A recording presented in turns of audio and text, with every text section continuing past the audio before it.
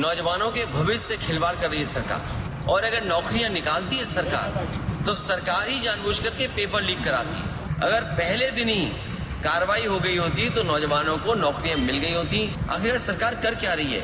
जब इतना इंतजाम करती है सरकार तब पेपर लीक हो रहा है। जो चुनाव होने जा रहा है उसमें सरकार दबाव बना रही है। विधायकों पे दबाव क्या बनाएगी सरकार? और ये सरकार का तरीका है काम करने का। लोगों को डराना, लोगों को धमकाना, एजेंसियां लगा देना या कोई पुराना केस हो उसको निकाल करके उस पर दबाव बनाना, ये सब कुछ चलने वाला नहीं है इस चुनाव में। ये बात तो चुनाव की हो गई, लेकिन नौजवानों के भविष्य से खिलवाड़ कर रही है सरकार। पहले तो नौकरियां नहीं निकल रही यहाँ पर, और जो निवेश के बहाने रोजगार की बात थी वो रोजगार भी नहीं मिल रहे। और अगर नौकरियां निकालती है सरकार तो सरकार ही जानबूझ करके पेपर लीक कराती है। अगर पहली बार जब उत्तर प्रदेश में पेपर लीक हुए थे उसी समय कार्रवाई हो गई होती। आज तो डायलॉग चल रहे हैं, अखबारों में देखिए डायलॉग हैं, सरकार के डायलॉग हैं।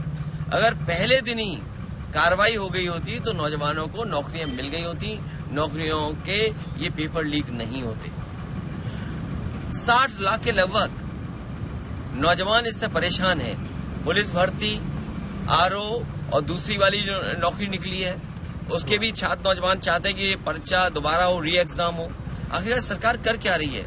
जब इतना इंतजाम करती है सरकार तब पेपर लीक हो रहा है। और फिर अपने से बचने के लिए कुछ भी नाम फ्लैश कर देना।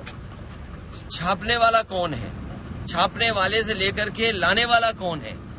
किसकी सिक्योरिटी के अंदर पेपर्स लाए जाते हैं? एक प्रोसीजर, लेट डाउन प्रोसीजर है। क्या सरकार के लोग शामिल नहीं है उसमें?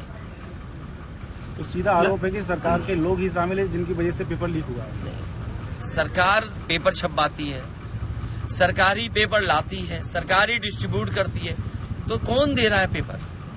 ये तो सवाल आपको सरकार से पूछना चाहिए। तो इसके पीछे मंशा क्या होगी सरकार की? सरकार की नीयत ये है कि नौकरी नहीं देनी पड़े उन्हें।